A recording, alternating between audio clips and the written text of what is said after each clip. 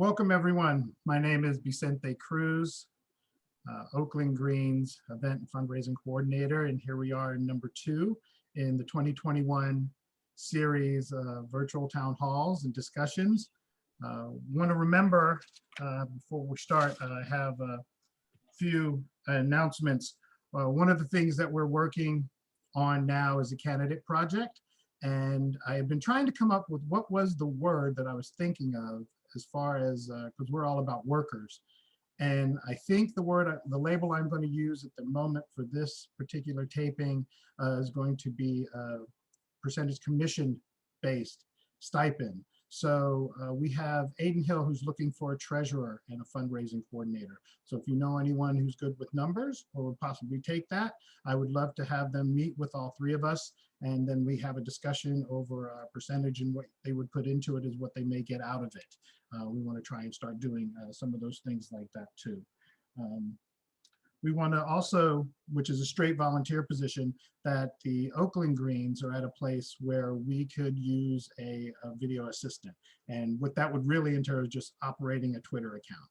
Right now, I operate all the other social media, and just with life shit in general, you know, I'm pretty much at my wit's end. So if you know anyone who would be interested, a young person who wants to, you know, maybe they're even trying to be an influencer on themselves, you know, something they could do to try and do that, although I am not a big fan of influencers. What am I going to? Make sure that when we're here that we are discussing policy, not people. This is probably going to be a very sensitive subject, I imagine. I don't know where people's faith lies.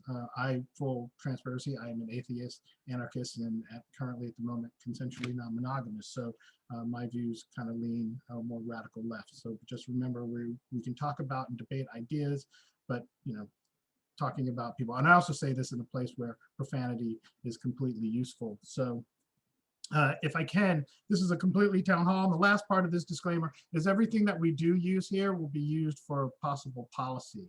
So if you can do, you know, anything you say will be used in putting it into policy that the Oakland Greens will use. Anyway, so does anyone have any thoughts? Again, the topic is white supremacy within American Christianity.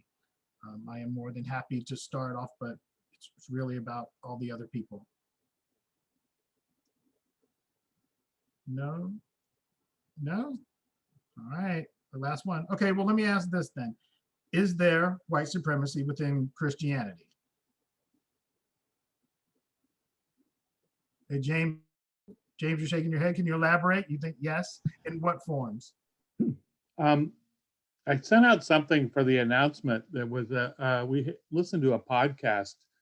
I listened to it many months ago, but it was talking about the origins of the Southern Baptist Church, and basically it breaking off over issues of slavery.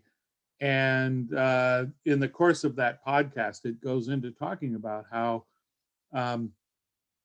even after the end of the Civil War, this issue became a really big and kind of hot topic, because there was, you know, and tied into the South will rise again kind of ideology and the KKK. And so it really heavily ingrained, and is still part of it. I mean, that was part of the podcast, is it just like it continues to this day, deep roots of white supremacy in the Southern Baptist Church. And I mean, I'm sure that's just one example, because it's in other things, you know.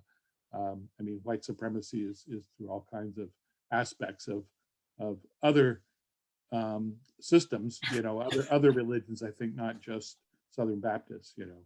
So. Right. I knew that. And I could add one other thing. There's I think a book on this by Chris Hedges wrote some time ago about Christian fascists, which is basically dealing with this whole issue, which is, I remember it was one of the first times I really thought deeply about it. So. Cool. Michael. Yeah. I think it's mixed. I think some Christians are not bigots, and some Christians are bigots. I mean, that's Christianity is not monolithic on that particular score. I think that they are probably. I mean, some of them, some people who are Christians lean towards the left, and all of it's part of it. They believe in equality, for example, but not all of them do, by a long shot. I mean, the history of America, I think, has been dominated in a large sense by the Christians who are bigots, starting with the Calvinists from Massachusetts, in the 17th century and 18th century. I mean, there's a long legacy of Christian bigotry for sure, but it's not universal, that's all.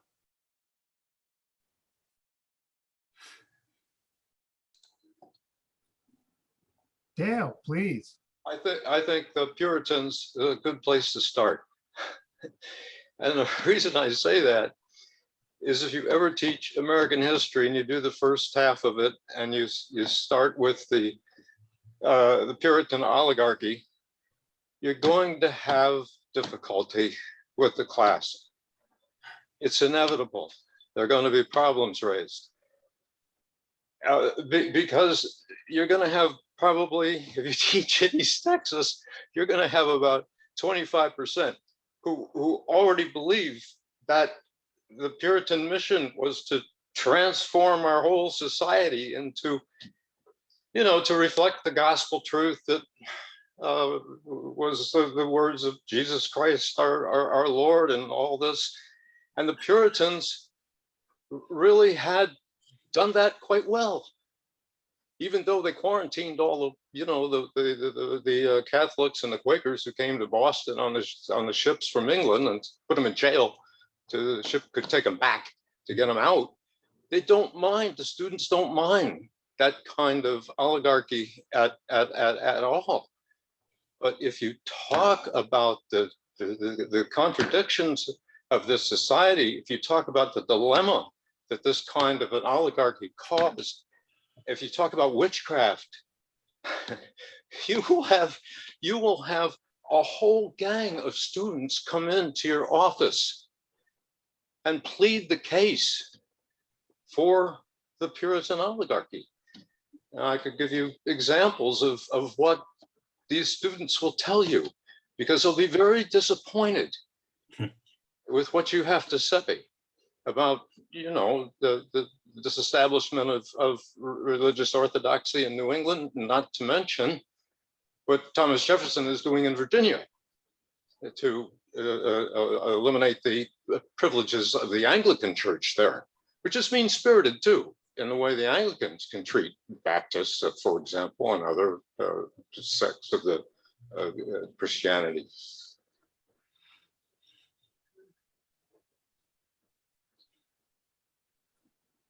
Anyone else?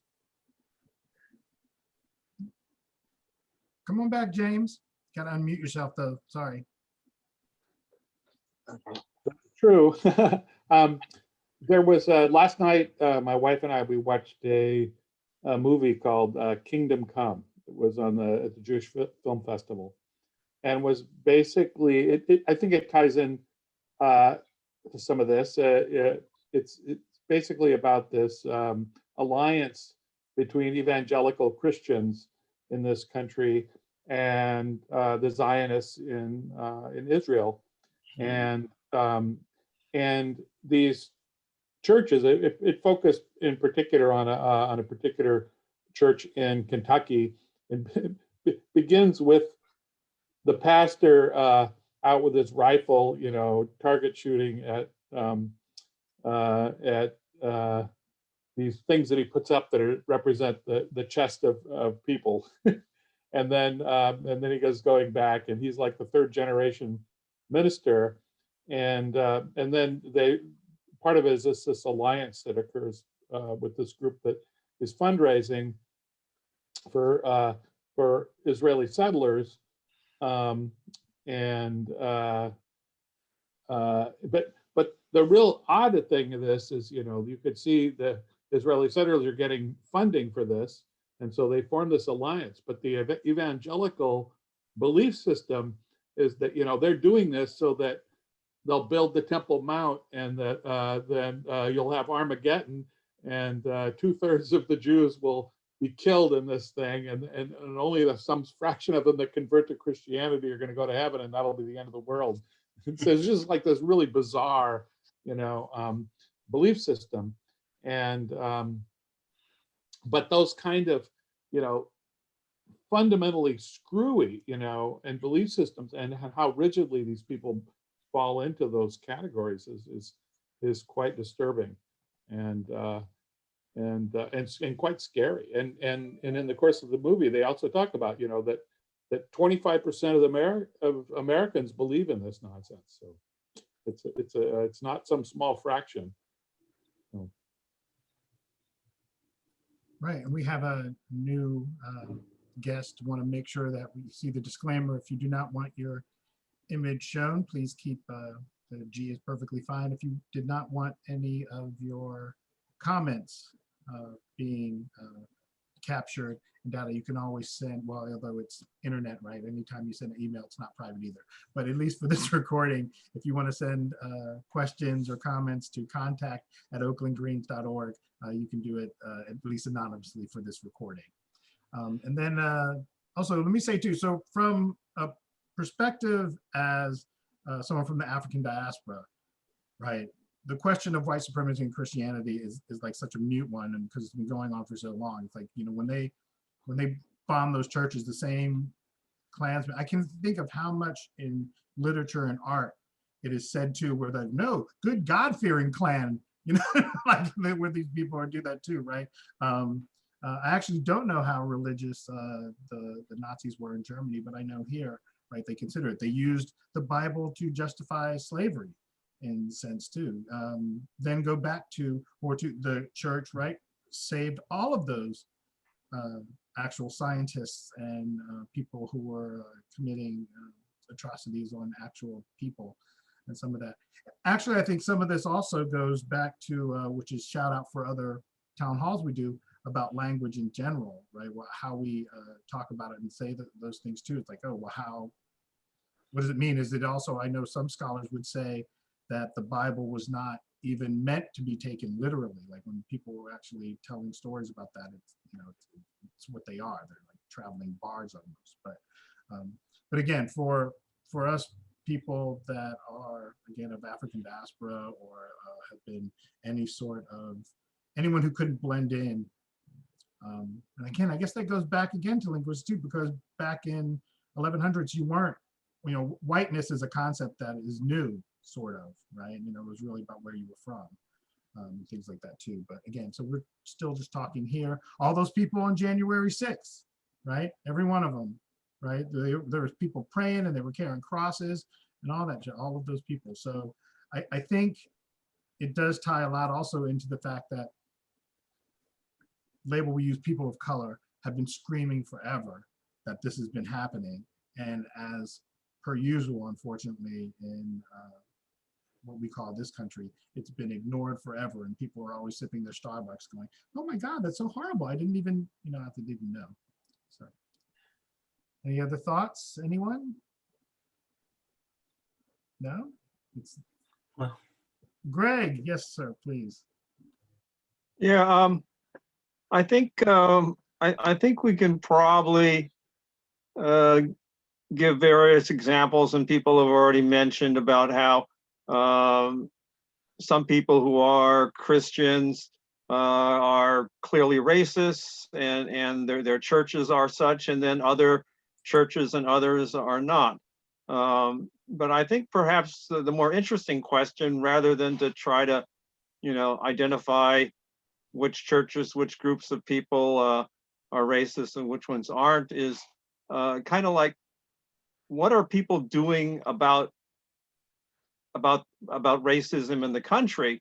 It's one thing to say, I'm not a racist and I don't believe in any of that stuff, but if those who are not speaking out against the racism, are not trying to help move the country in a anti-racist direction, then they're basically allowing the active racism to grow and continue. So I think that's a more interesting question, which is that over the past however many decades, it seems that racism has grown, and of course, when Trump became president, it just exploded. And at the same time, it did not seem that those who are anti-racist, at least white, I mean the whites, okay, the whites who say that they're non-racist didn't seem to be actively doing very much about it. And then of course we ended up with Trump. So I think that's a kind of interesting question to explore if people have thoughts. Like that too. Michael, you are next, please. Yeah, I think I want to make 2 points. One of them is about the Trump supporters. It's certainly true that a certain section, it might be, I think it's higher than 25% of Trump supporters are totally immune to the real world. That is, and that's to me is the danger of it. It's hard to imagine how we can neutralize some of these people if they're totally bound up. Is that their religion is totally bound up with their support of Trump, and it's not uncommon to hear right-wing pastors say that Trump was called by God to save America or something like that, and some people believe that, and that's a serious problem. The other point is the opposite one, and that is in terms of, I would argue that a majority of the people of color in America are Christians. So, I mean, that has to be considered too. I'll stop there. Actually, can I ask you what you meant by that the people there on January 6th were immune to the real world? Well, because philosophically, that is a percentage. We could talk about how big a percentage, but a sizable percentage of Trump supporters are totally immune to the outside world. That is, they live in an echo chamber. They watch Fox News. They go to these right-wing churches. They don't hear anything. They don't know anything other than what they learn from Fox News and their right-wing church. Any small town USA. Okay, gotcha. And then Greg, could you ask your question again, please?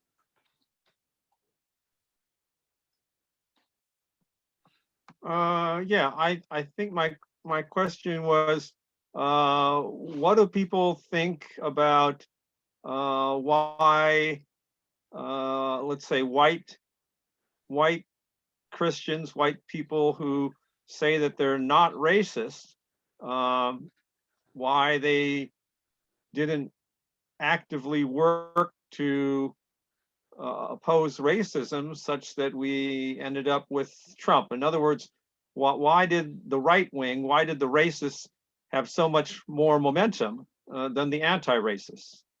Why are we heading in the direction we're heading? Anyone?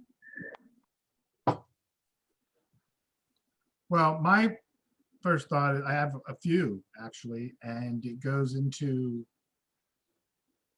one that if the realization came, like, Michael said, all those people are living in that little echo chamber of their beliefs that all the immigrants are coming for their jobs, and, fucking the dude from Nigeria who's a neurosurgeon is coming to take his job at the Piggly Wiggly.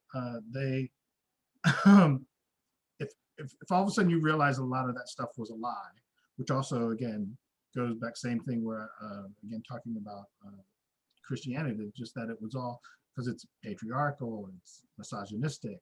If all of that bubble was to be burst, what else have you lied to me about? And I think we're so ego driven that the damage that would be done to our psyche is just too much for any actual people to take.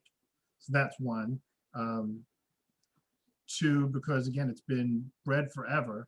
And I don't think that it was exploded. They've always been there. They just feel free that it's okay to do. They've all, this country, it was, come on, it's founded on the annihilation of one ethnicity of people and the enslavement of another. And they're still doing it to this day. And now they've even gone into it like, oh, well, because again, that foundation, right, that first nice sousson is classism. So you're poor. I don't give a fuck if you're Irish, you're whatever the hell you are, right? If you're poor, you don't count.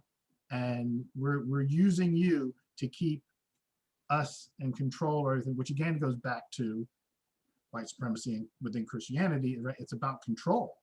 All of this is about control.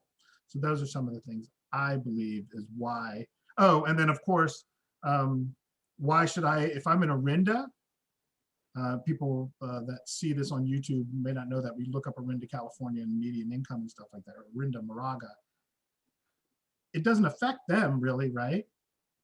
They're good. Like I hire, I'm not anti, I hire immigrants to take care of my kids and do my lawn and my laundry, right? And they can still, it doesn't affect them, right? A lot of times if it doesn't become personal, the political becomes personal, then they don't, have anything to do with it.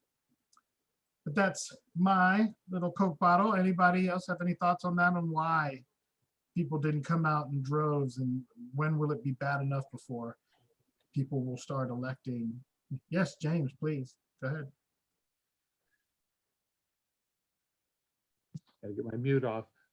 It seems to me that,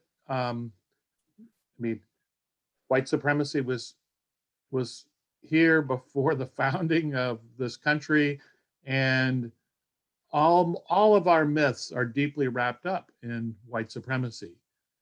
Meritocracy is a form of white supremacy, to justify inequality. Manifest destiny is another myth that's ingrained into us. The Monroe Doctrine, American exceptionalism, and the denial of the Holocaust, put on the indigenous people here. Even the denial of slavery, it's not really been addressed in any sense, that history. And so, we're the United States of amnesia, and we don't really ever deal with these problems. We're just in a country in denial. And so it's not so, it seems sort of within that kind of a culture, and that you get this. But there's a second part of it, and that's something that I've been reading about for a while, and that is the white mask. And so there's this logical kind of unemotional aspect of our culture, especially among men, and that unemotional part, that where you try to be rational and stuff and think about what is, and disconnects us from our emotions. And that disconnection from the emotion is really important for maintaining white supremacy, because then you don't see this stuff that really is going on, and it takes something like, even though this has been going on forever, it really took the in-your-face videos of police beating people and all of these cell phone things of people shooting people to really get people to finally, connect. Otherwise they could just be in denial of it. So and to me, that's, we need to build the things that, like video. Videos are one way, but there's going to be other ways we can talk about later, but about how to break through these barriers so people can start connecting emotionally, because that emotional connection will open the door to really considering things outside your your indoctrination. Thank you. Gabriella, I hope I got to remember to look at the chat too. Gabriella, you're up, please. Thank you. Yeah, no, I'm glad that that James went before me, because he kind of took everything, kind of what I was going to say. And so I think that there's, so well, from what I learned in the history books, and we only get a how should I say, a doctored version of history, right? For lack of a better phrase right now. So what I remember learning was that, that this nation was founded because the fathers, the founding fathers, were seeking religious freedom, right?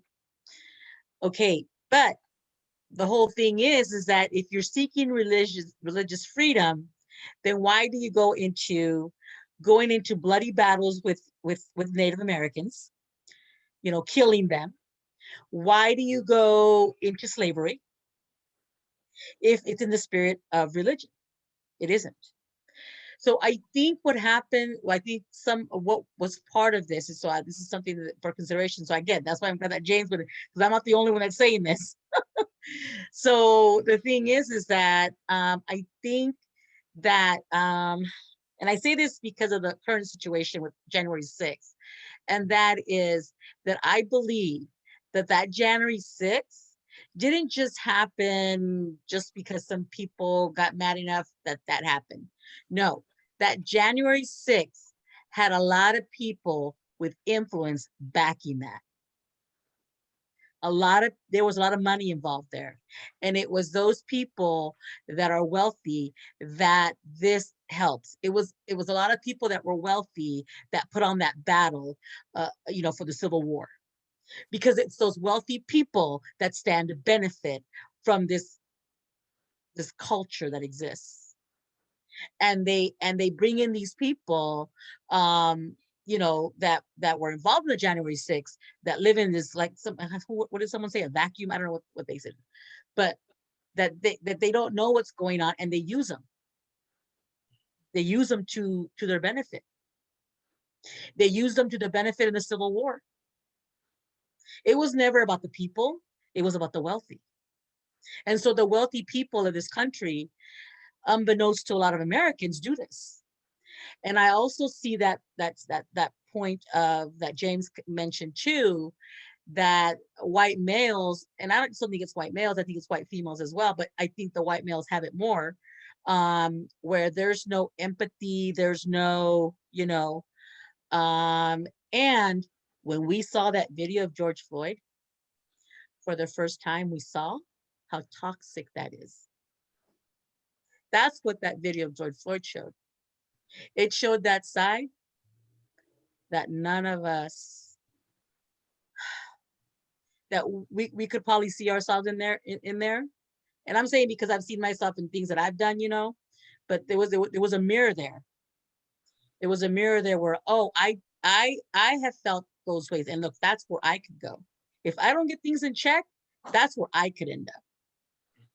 And no one wants to go there because they saw that video and saw how just the worst of where those behaviors could lead us to if we don't have ourselves in check with these how do you say, these ideals, these of not healing that anger.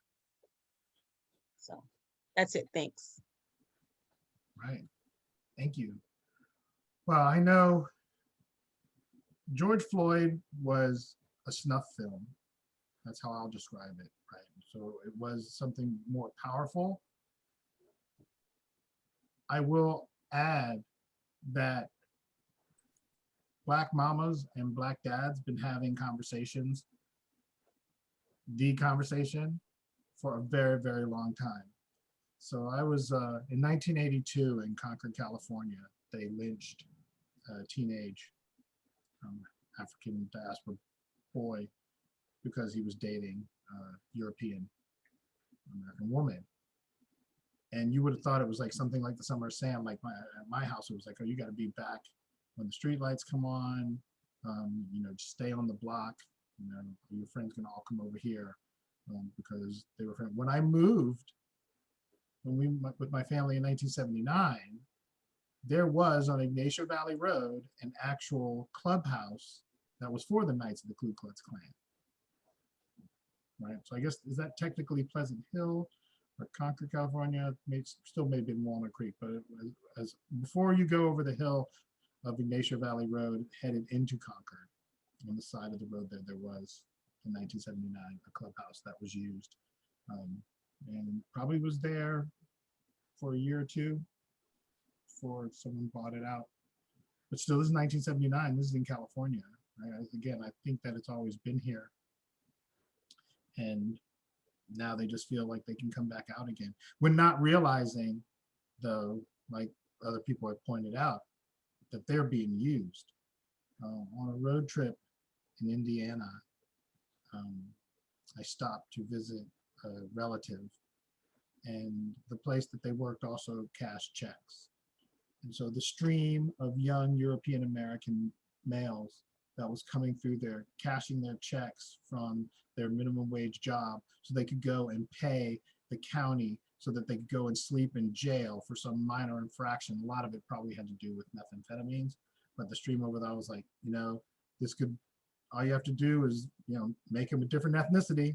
And it's the same shit that they've been doing to us. They just do it to us more, right? Disproportionately so compared to the amount of people. But also you could make the case that the Christians who go to church, I guess it would be the same people that was mentioned earlier that don't, or I guess that was even Greg's question, that, you know, still were sipping their Starbucks and didn't go into it, that they're being used and they're slaves as well. Even if they're making a living, right? So they're going and they're just feeding the same machine, and they're never going to get ahead. They're always going to have a 30-year mortgage. Their kids are going to always have to pay off their debts. Their kids are in debt from college. Right? It's just economic slave is just different, right? And for like me, of course, I'm concerned with the welfare of my relatives, family, my people, right? Because again, because of disproportionate. But I also think, like I said, that they're just as much slaves. And I guess this moves us to the question, so how do we motivate those people to stop going, oh my God, it's like, I didn't know it happened until I saw George Floyd. Really? Wow. Because, you know, they shot that kid in 4 seconds. You know, so, but how do we change that? And even that goes straight for our political ideas here at the Oakland Greens. How do we get them to go into alternative parties? Now, and I'm going to go myself and start too. I'll look and don't see it. I'm more of an in-your-face type of person, right? So I'm more like, why the fuck aren't you, right? How has it been working for you lately? Anytime that we've ever done any outreach, one of my favorite joke bits to do is when I ask someone to register for the Green Party and they're like, no, and you can never win, or that my favorite bit, you're right, because everything is so fine. You know, there used to be a tent city right on my corner. Man, that shit cleaned up, that dude got a job. He's in a great rehab program. He's got all the medical care he needs. You're right. Don't worry about it because it's been serving us so well. But that's always my favorite bit. So again, I put out to us here, what is it that we need to do? And young people too. How do we get them? I mean, does it have to be influencers? Like what the fuck? Dale, please. Vicente, are you talking about the group that you would categorize as white Christian nationalists? And do we agree to describe them somehow in social and economic terms? We would have to before we know how to, you know, even speak to them. The actual nationalists, no. I don't have nothing to say to a Nazi. And this is Right. something else that come up. It would be a hopeless discussion. That's going to base on ethnicity. I'm talking about the actual, probably would be like from Greg's question, the people who actually consider themselves liberals. They're not racist. They're not homophobic. I would still love my kid, whether they came out as trans or any gender or anything. right? But yet at the same time, still participate in a corrupt two-party system, right? Biden the Christian just opened up a new detention center for kids, right? So it's not the actual ones against who would, I guess, you could categorize that were January 6th that are racist, homophobic, misogynistic, patriarchal. I don't have anything to say to those people. I don't think we're ever going to convince them. I'm not trying to. That if other people wanted to do that, again, I identify as an anarchist. Go for it. Doesn't affect me whatsoever. Have at it. Haas, have fun with that. I'm not having any of those conversations. But to the people who don't vote, but still, again, consider themselves pretty even progressive, they would use a label, right? How do we motivate? Those are the people that I would want to talk to, whether they be Christian, Jewish, or any religion on that too, because I don't want to talk about the religion at all, because again, that's something else that people have faith, we're probably never going to agree on too, but we might be able to convince people that, if we actually had a green mayor, if we would have elected Don or Orlando back in the day, I think actually Orlando would have made a pretty good mayor too. And actually city council members as well, where we could take it over. Every time we're at a rally, again, not matter of fact, at Oscar Grant Plaza, when there's thousands of people there, it's like, man, you can't tell me that there's not 14 people that would make a great city council and mayor and school board, and enough people to actually staff them and get them elected, navigating the capitalist system. So again, so the question is, how do we, what is it that we say to those people? How do we get them? What about people who haven't mentioned any, haven't had anything to say? Any thoughts at all? All right, regular cast. Don't know how we're going to tell, you don't know how we're going to do it. No one has an idea. Which is crazy because, and then I'll come to you, James, because in the Oakland Greens, when I'm all like, Maryland, we should be telling people, fuck you, we got to do it or else. And they're like, no, it's too hard. No, we do it. James, go ahead. So I have to say, this has been something I've been thinking a lot about for a long time. So I don't, like, how do you break through that barrier? And it's really hard, and I don't quite understand why. I can understand, what happened to me, but it's just like to break through, it just seems really hard. When it's such an easy thing to even say, why don't you register green, because to send a message, that you're pissed off at the way your party is behaving, even that, it's such a trivial task to do that. And you can always change back later. Just even doing that is just like, it seems like it's too much to ask for some people. So I find it very frustrating. And I've been trying to think about, like, especially this thing you mentioned about where they say, wow, the Greens can never going to go anywhere. It's this way. And so I've been reading some stuff from the 60s. So there was a guy by the name of Marcuse, who was a philosopher, and he talked about this thing called one-dimensional thinking. And one-dimensional thinking is this where you think in terms of is. It is like this now, and that means tomorrow is going to be like that. And that's the only way you think. And you don't think two-dimensionally, which is like what ought to be. And getting people out of that. And part of our culture that he talks about is ingraining into us this one-dimensional thinking, that you only think about what is, and you think that's the way it's always going to be, and you can't get around in this how it ought to be, which is what's needed. And so it's kind of, I keep thinking of, like, how do you break people out of that, and how do you carry on those conversations? And my conclusion is that because the way our brains work and our decision processes work, we're really controlled. We like to think we're rational beings, but we're really not. We're really controlled by our emotions. They're in control. Your unconscious is really in control. You might think you're in control. If your frontal cortex is running the show. Your frontal cortex can do it like 14 calculations per second. Your unconscious does about 11 million. who's going to be in charge in that situation. It's clear that, you know, that your unconscious kind of manipulates. So how do you get through to that? And that's through emotion. So somehow we have to bring emotion. So those videos of police beating people or shooting people and stuff, that triggers an emotional response and people finally can see it. We need to think about how to trigger those emotional responses. Nice, thank you. We're going to go Gabriella and then Michael Rubin. Gabriella, go ahead. Thank you. Yeah. I feel that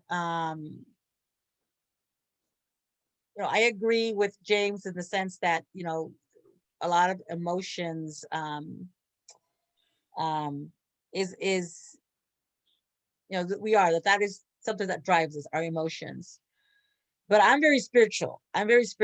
So, you know, I very much know that I'm not in charge and that my higher power is.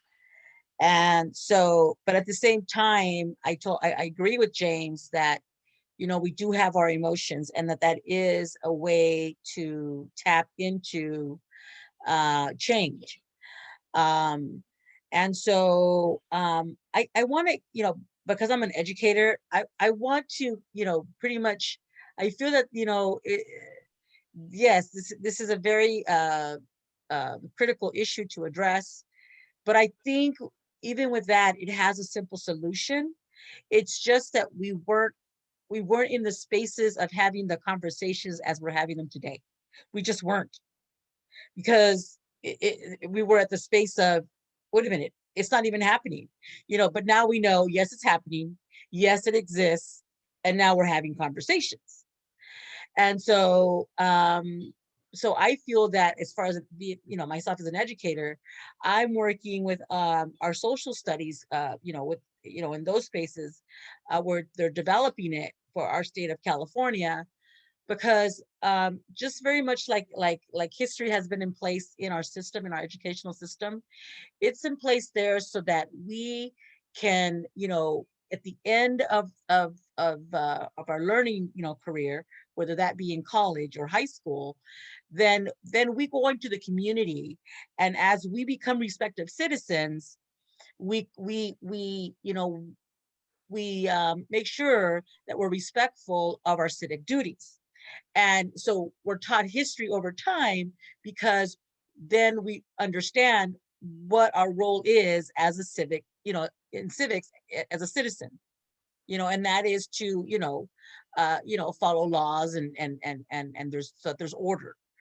And so I think that it's very important that that history really is taught, so that everyone is respected, is held in esteem, because that builds a sense of esteem in everyone within our country.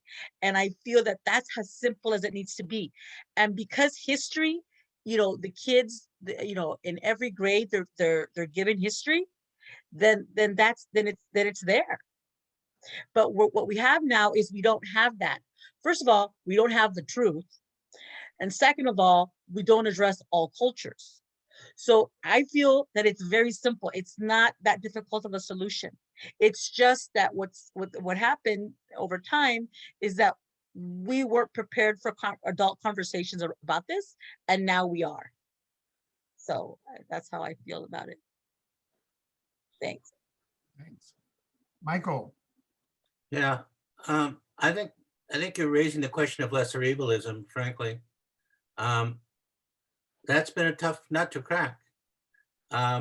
It's kind of a religion almost. It reminds me very much, it's like a belief system that's very, very hard to penetrate. The facts have nothing to do with this.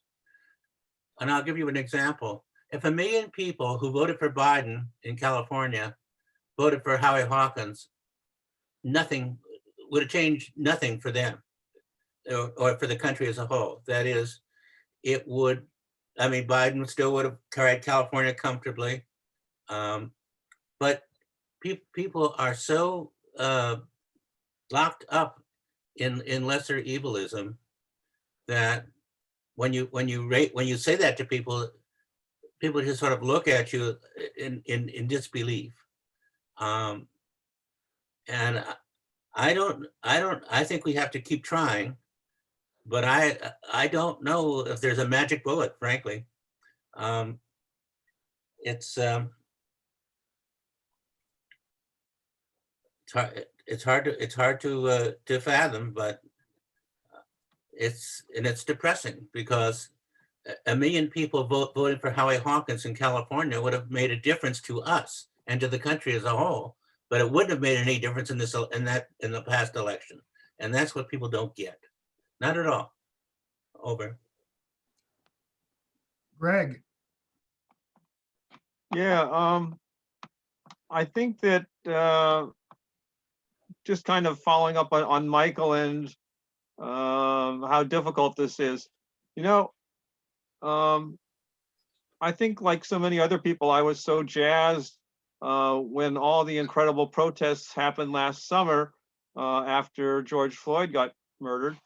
And of course, the vast majority of the people in the streets were young people. And it was very diverse, you know, of all kinds of different ethnicities. So I think that, you know, maybe that is an answer, that they say that younger people, under 30, under 25, are much less likely to be racist, and they're much more in tune, I think, with seeing how we have to change things. So if there's a way to activate that beyond having to wait until the next murder, I mean, if we can have huge protests in the streets on something proactive without having to wait for a murder, then I think we're on something. You know, they actually said that more people participated in the Black Lives Matter protests last summer than any other protests in US history. They said something like 20 million people participated. So even though the right wing has got this political momentum, I don't think necessarily that it's necessarily reflective of what the overall country may really want to be heading towards, and especially younger people. So I think that might be a little thing to think about. yes. What I will add is that it goes back to answering some of the questions, which goes back to the same thing. If you were to smash those bubbles and they would realize how much they've been lied to, it's just too much to take. On the emotional responses, like what James was asking, what I've taken, like I said, bits is humor. Anytime we were out tabling, we're going to start it up again, not so much table, but just having a table out and standing up on top of a soapbox far away from it and yelling, but using humor and trying to tug them in that way. And then same thing, even to piggyback on Michael's, when like, oh, you know, we can't vote. I was like, well, yeah, if you don't vote for, you know, if people don't vote for him, yeah, no, he won't win. But if you did vote for him, you'd win. It's not rocket science in that aspect, right? All you have to do is actually try and do that. So that's our approach. And I guess adding to the resume. Oh, Marina, yes, please unmute yourself. I'm just thinking about communication and how I make this change. Humor is what made me think of it, and emotion, as you mentioned, James. I feel like it's really storytelling. It could be humorous storytelling or not. But when people saw a video of a man being murdered very slowly and methodically with no wiggle room, then people like me, people in Moraga drinking their Starbucks, saw that story and it connected with them. And then the other story that I think people really need is the answer to their question of, well, what can I do? And that also falls to, how Greens can get people to join, to register, to vote, because right now their story is that one-dimensional thinking you were talking about. James, I think you said that. They have a story that says, okay, it's bad, but there's nothing I can do about it. I don't know how to make a change. So we need, the one story is recognize there's things that are horrible and need to change, even if you're comfortable in your Starbucks. And the other story is, by the way, and here's how you can do it. It could be one leader. We've had charismatic leaders accomplish that before, but then you're on that one person, then they get shot and you're done. So I think we need a better way of telling stories as a community to get where we need to go. Thank you. Gabriella, back on stack. Yeah, I keep forgetting to mention this because I think another piece that needs to be addressed, and it goes to, I don't know the moderator, Oakland Greens, I don't know your name because it's Oakland Greens on there, but you mentioned about that, African Americans, get the broader, are affected the most out of the circumstances, the racist circumstances. And I really feel, this is why I feel it's important for me to mention this. And that is that, I'm, Afro-Latina, that's, my ethnic background. And so in my family, there's all shades of color, right? And so, I remember over a thing of salsa. So oh, you're adopted, you're from Africa, And so within the Hispanic culture, there's this thing that if you're dark, you're less than. See, you're less than. And so this was over salsa, right? But I mean, so it was although it was trivial, I mean, it's there. And I think that that's a narrative that needs to be amplified, because within our schools, we really should really emphasize, or within, not just the schools, but in any setting, we should emphasize color should not affect the way you're treated. Color should not affect the way you're treated. That's another piece of this. And I'm not just, and it's just not just in white America, Hispanics are doing this within the Hispanic culture too.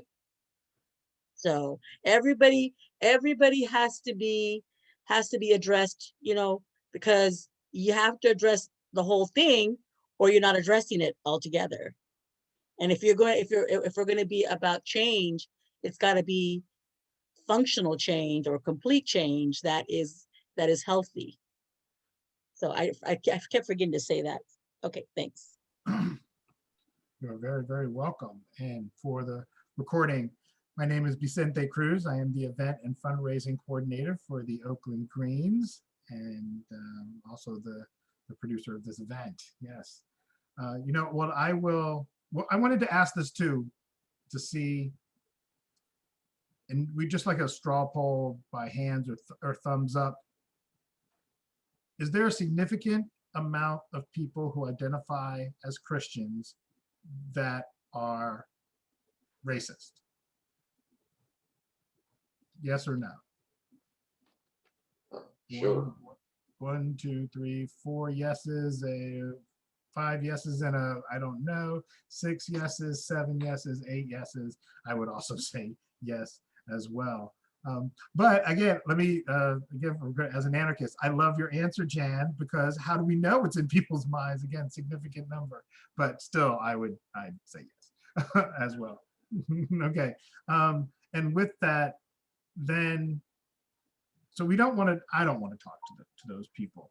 So is it themed that the people that are not, that would label themselves Christian and not, okay, you know what, let me it could be a two-parter, but the people who would label themselves Christian who are not not racist, right? They're actually not, right? They don't care. Even when, let's go across the gambit, they have no hang-ups of negative isms within the culture of America. They don't have it. But yet would also say that, oh, would say, oh, they're not a real Christian if they're, but it's like, okay, but they're still identifying as Christian.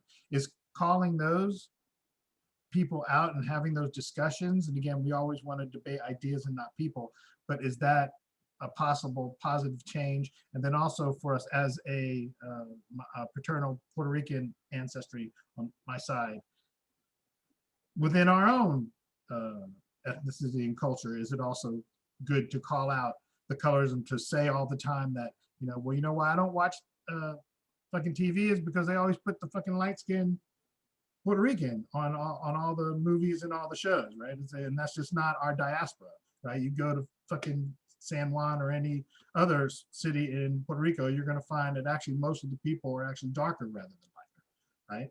Why? Oh my God, they're a Caribbean island in the sun. Surprise, surprise, right? So, but to that other question, is it a positive thing to call out those people when we run into that?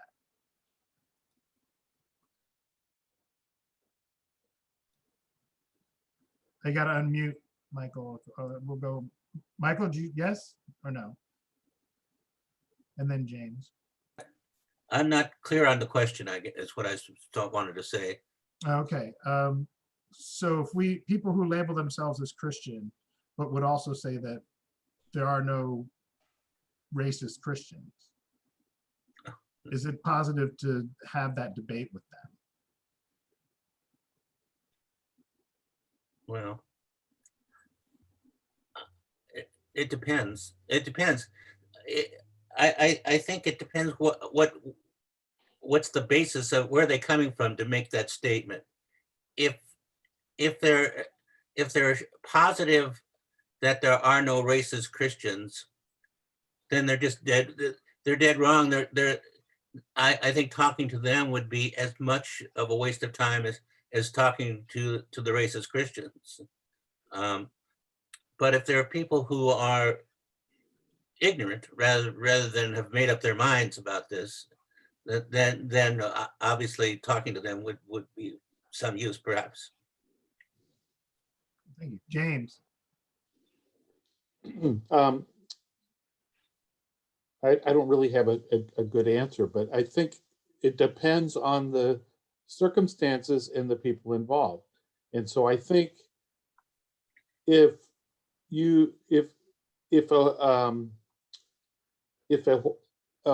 a white Christian, you know, who doesn't know he's a racist, but he is, and you try to have that conversation, it's going to be, I think it depends on like who's having the conversation with him and whether he puts up his defensive barriers. If I was a black person trying to have that conversation, he might react completely different than if I was a white person having that conversation with him. So I don't think there's a really good way to have a universal here. But I did have something, not quite this conversation, but I did have a person that I worked with who was, I would say, he didn't think of himself as a racist, but he was, you know, and he was a redneck, and he lived like in the outskirts of Sacramento. He commuted into Berkeley to work, and he came into my office one time and saw a picture I had of guy, my name is dry. Who's the guy who leaked out the pictures from Iraq? I just forgot its name all of a sudden, and her name. Chelsea Manning? Chelsea Manning. Yeah, it was Bradley Manning at the time, on the wall. And, you know, he said some derogatory comment, and I could have reacted back in a bad way. But instead I decided I would try to have a conversation. At the time, he was a Trump supporter. And a year later, he was a Bernie supporter, just from conversations about economics and everything else, and about how people are treated. He was a person who thought like everybody, you know, was treated equally. I mean, he just didn't see a lot of things, but it took a long time. So it's not a conversation that was easy. And you could just see him at times just slipping back into his old way. So it's not something that's, this stuff that gets really deeply ingrained. And it's very, so I don't know how difficult it's going to be to convince a lot of people, unless they feel like they're going to get carried along with it. So I think when a lot of people start doing it, I think part of what happened with the murders, the police murders of Black people, is that more people showed up in the street, and then more people just saw like, okay, I'm going to go out in the street. I think people felt like they could join into it, because it wasn't just a small number of people on the corner, so there's some kind of a threshold where people are, a tipping point where people just start to join in more. They feel more comfortable joining in, and then they start, and once you join in and you start having the conversations, it even pushes you even more. So I think there's some kind of a snowball effect also in some of this.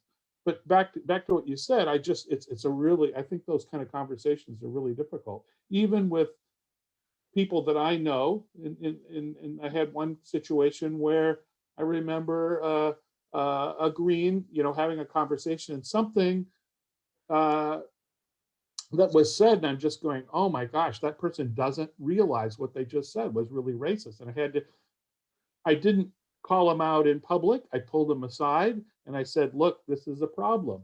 And I've done that several times. And I think some people will react and just get defensive when that situation happens. But I've also had good results in that. And it's just, it's a tough one, because especially if you're white and male, you've been ingrained with a lot of this stuff. And so I have to like catch myself.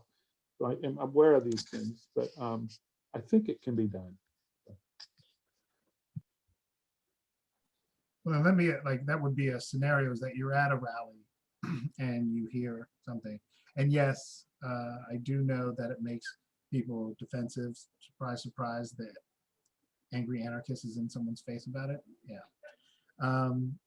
I think, so you're at a rally and someone said something that is obviously blatantly prejudiced.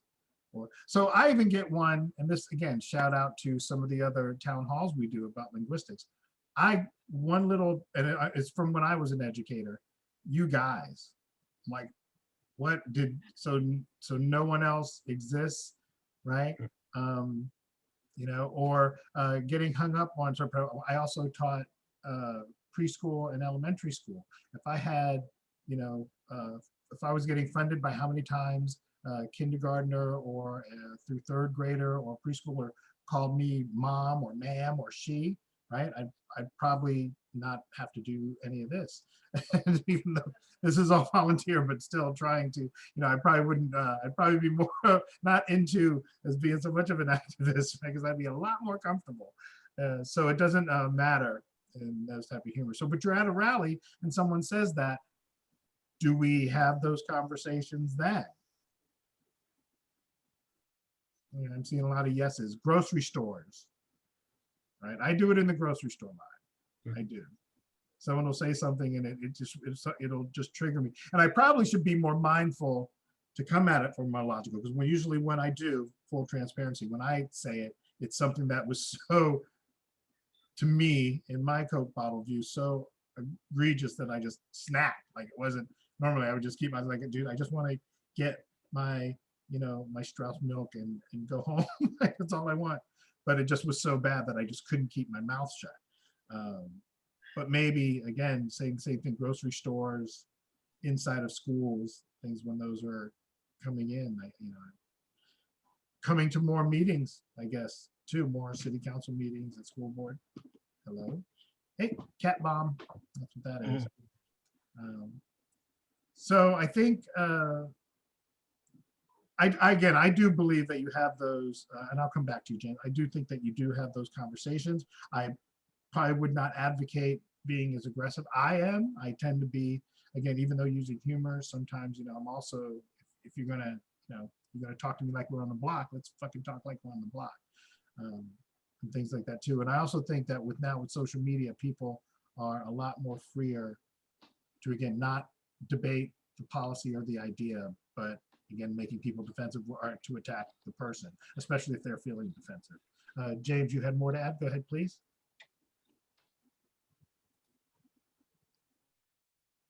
Oh, unmute. And then Dale. Unmute. I'm kind of curious. First, I want to just ask a show of hands. Are all of you or any of you familiar with, this is something I came across to me the other day, Jane Elliott and her Brown Eyes, Blue Eyes videos, so I see at least a couple of heads nodding. Let me just quickly say something about that, because I'd never seen them before, and they came across. My wife got them and came across. And what this teacher did, I think it was right after Martin Luther King was assassinated. I think like a day or two after that, she was trying to figure out how to deal with her children in her classroom, and she came in, and it's an all-white classroom, and she said, today we're gonna talk about how blue-eyed people are stupider than brown-eyed people, and we're gonna deal with this. The blue-eyed people are gonna have to stay in during recess, and the brown-eyed people are. And she basically broke the class in half and does this whole thing. And the kids just immediately, started treating the brown-eyed kids started treating the blue-eyed kids poorly, and you could just see they almost instantly react, form these groups and form these prejudices. And then the next day she reversed it, and said, no, it's the other way around. And then again, adjusted. And then she did these tests, she did on an Oprah show, they did this with adults. And the adults, she separated them out, and they behaved in the same kind of way. It just was amazing how malleable people were to fall into these roles so quickly, and it, for mostly it was just kind of shocking to see how quickly that would happen. On the other hand, that they could reverse, gives me maybe a little bit of hope, because, maybe there's a way, out of this. Maybe it's not so solidified in these people, because it can be turned on and off so quickly. But, there's some kind of funny group dynamic. And if you haven't seen these videos, they're definitely worth checking out. Anyway, I just wanted to mention that. Dale? Well, I wanted to respond to Vicente talking about conversation about race. It's very difficult if you're trying to teach an American history course, and you want to celebrate the true pluralism of America or something like that, or if you want to, you certainly have to be careful, because you can't call out anyone and make them even more defensive, because that's what will happen. They'll become much more offensive. You just try to, they're over here on often the Christian evangelical side of the spectrum, where right behavior is so important. You don't gamble, you don't drink, all this stuff and behavior. And you just try to move them just a little bit, not entirely over all of a sudden. But if you do it by trying to talk about examples of how white privilege is a gift that just keeps on giving. If your skin looks like mine, and that sometimes will have some effect, and some students are liable to feel very good about you, but they'll come up and try to compliment you by saying something like, well, the president of the university told you to say something about this, didn't they, Dr. Baum, or something like that. And you just want to thank them for finding some excuse for me to try, to talk about this conversation. But I think it's really difficult. I think Willie Brown summed it up perfectly when he talked about Bobby Kennedy coming to San Francisco and speaking at a Black church in the Bayview area, and some parishioner just chance asked Bobby Kennedy a question. He said, do you like Negroes? And Bobby Kennedy's response was, some. And Willie Brown said that was the best discussion he'd heard on racial issues in a long time. Oops, sorry, I love that. Too. I'm actually, oh, Gabriella, yes, please. So, I wanted, to kind of speak to what Dale just spoke to, because I, what I'm hearing from him is that it can be challenging to talk about these topics within the history, scope. But, I taught it, I teach fifth grade. I taught it, and I remember when I was teaching well, I taught it even from when I started talking about or teaching um, about the U.S. Constitution, and I thought that the way that it was laid out in our, because it was our reading curriculum. You know how they integrate reading, social studies, science. They integrate all those so we could get all those covered, within the school year. So I love the way that they built it, because they started with the Constitution and then they went into character traits, because I really feel that it's important to teach children, character traits that are, constructive, and then those ones that are not. And I remember really going really in depth into the character traits. And then after the character traits, then we talked about the civil rights. And so it just really lent itself really nicely the way it was laid out, with those things. And so I think that that's a big piece of curriculum. Now, I think you said you were higher ed, but it's very important that when curriculum is laid out, particularly for educators, so they don't really have to extend themselves. I just really followed the curriculum, and I really could see how one thing led to the other, and it really flowed, that my students, and I had all races in my class. They didn't if anything, they really understood the lessons. And what I did was that I grouped them in groups, and they discussed these things amongst their groups. So I didn't have any of the conversations. They had the conversations. And they're very, I think someone mentioned it, kids, they're honest. they're honest. They don't have filter.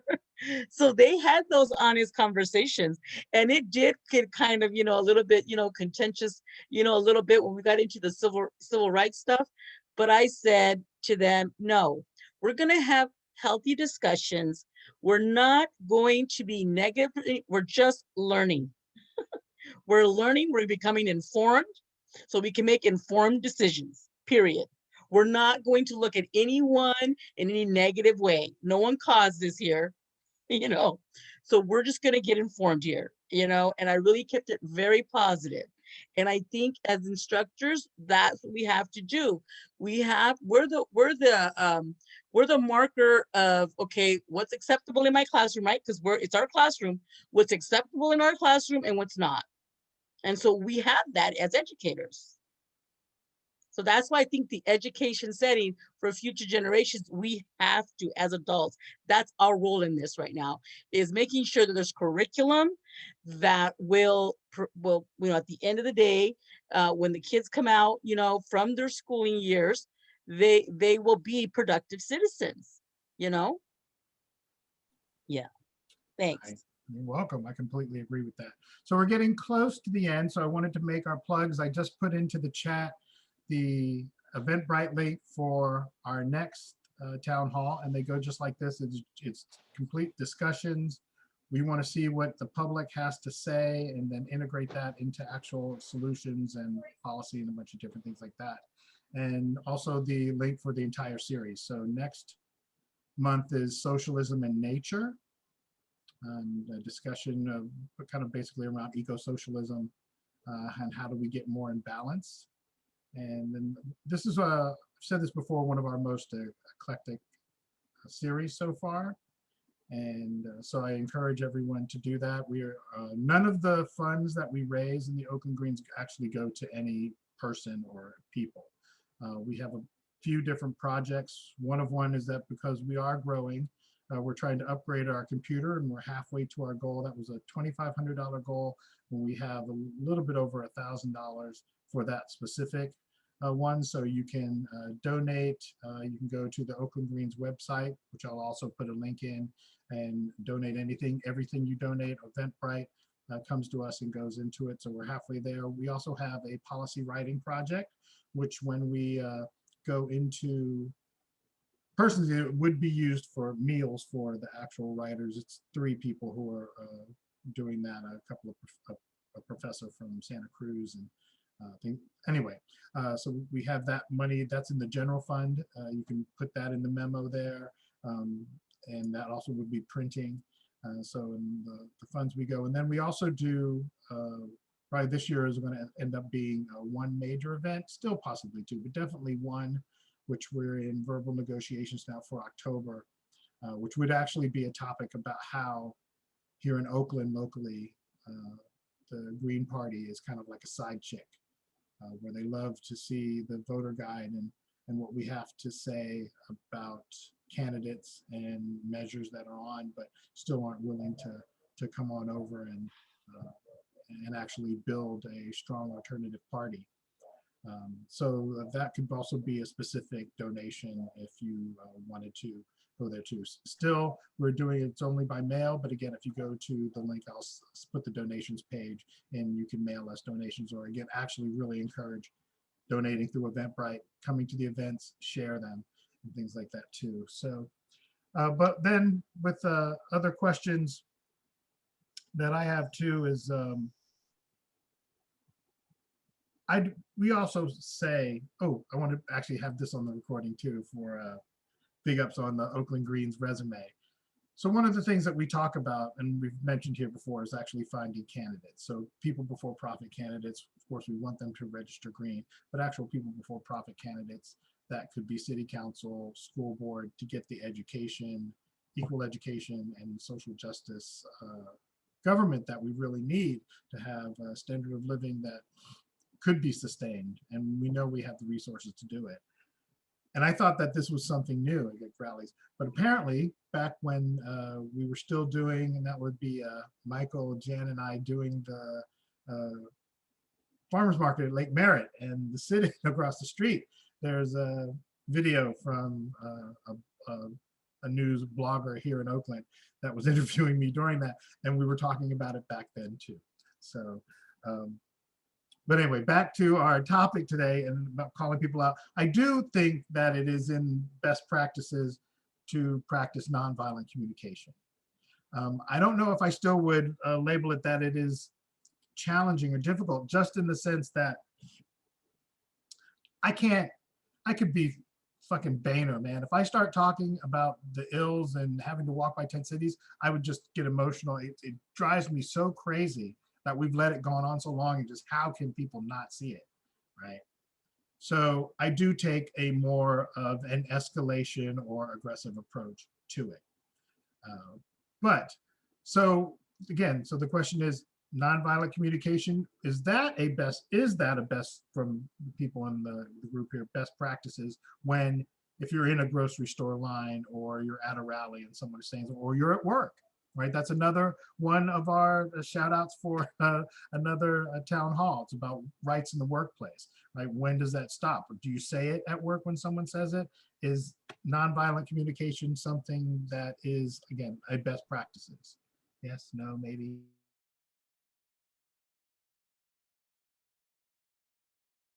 No?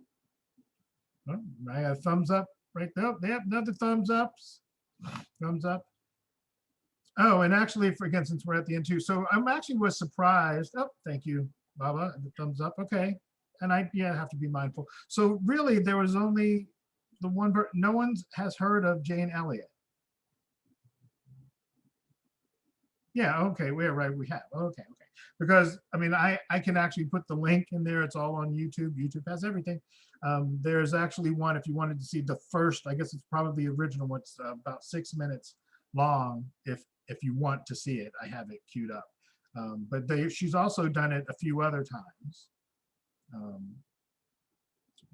for personal attacks. Yes, I definitely never attack people. It's always ideas. and all that stuff. But that, again, full transparency can always come out as, well, how fucking stupid is that? And that's probably not the best way to go about having that too. We have a hand up, James. Go ahead again, please. I was just going to say, if maybe not everybody here has read the book on nonviolent communication, so I just read it fairly recently and thought it was very helpful. And just some of the rules and ways to speak, I'm trying to change, because I have to say, learning to talk in a certain way, learning to use I statements, for instance, is not the way I was raised. I mean, so it's kind of a different thing. So it takes practice and training, and but I think those techniques prevent people from going on defensive. I mean, that's the whole point of them. And when people hear your needs, which is kind of the key, you talk about needs, then it opens people up to sort of actually listening, because now they can do something for you. Whereas if you make demands on people, they won't, that'll just shut down the lines of communication. So I think there's some really good lessons in there. I haven't learned them all, but I've been trying to, and it would be good, I think, with it, I don't know how much it's needed within the Green Party, but it might be good to have some training sections on, just on how this works, just so that we, you have this in your tool bag. So. Indeed. Greg, please. Thank you. Yeah, so I want to follow up on that example of the kids in the classroom with the blue eyes and the brown eyes, and treating each other in I guess kind of racist ways, how you would describe it. It reminded me of there's a kind of a famous experiment that a lot of psychology books include in it. It's called, it was done by somebody named Stanley Milgram, and back in the 1960s. And what he did was he had, I guess they were mostly students, come in, and there was a guy in a white lab coat, an experimenter, a professor or something, and he'd sit the student down, and there'd be a window, and you could see that there was somebody else in the other room, and they were connected to some cables and whatever, and supposedly he could increase the voltage. So that they would increase the voltage to this guy in the other side to give him shocks, and the professor experimenter would say, okay, now increase the voltage, and it would go all the way up to where it says lethal or something, all the way up to the very end, and the vast majority of people would follow the instructions, even though they could see that the person on the other side was withering in pain and collapsing and everything. So the experiment basically just showed how people will conform to what an authority figure says they should do, even if it, is going to kill somebody. And there's all kinds of commentary after it, but I think that the bottom line is, people will follow an authority figure to incredible extremes. And so I think we need to find ways of dealing with this, because in some ways, that's kind of like what the Trump thing is about, right? Because they see Trump as some kind of leader, and they're following him to incredible extremes. So if this is part of the way humans are, then we have to find ways of dealing with this. Yeah. Yes, indeed. And you can find the nonviolent communication workshops on YouTube all over the place. And yes, like the Stanford prison experiment as well. And just and that goes by to a lot of the white supremacist groups that would use Christianity, they target, they have a specific person that they look for to bring into their groups, right? And using religions too, but again, it's the same thing. So would an authority figure, oh, he's obviously a holy person, I should just follow what they say, and what they say is like, well, let's slaughter everyone that's not white Anglo-Saxon Protestant. A lot of these groups, you have to beat somebody up in order to be accepted into membership. Correct. Very much like the old gangs and stuff too. Yes, the Proud Boys. Absolutely. I guess that's for sure. I've seen that reports on that, and like almost like blood in, blood out. Right. Yes. So yeah, so all those things are on YouTube. And if anyone have any last thoughts at all. So these don't really ever have a time limit, and it's usually how the conversation goes. And I've been doing events for a long time, so you kind of just get a feeling for when, oh, this is, pretty good, a good place to end. I thank you all for your input, and we hope to see you at our other events. Thank you very much. Good night. Good night, everybody.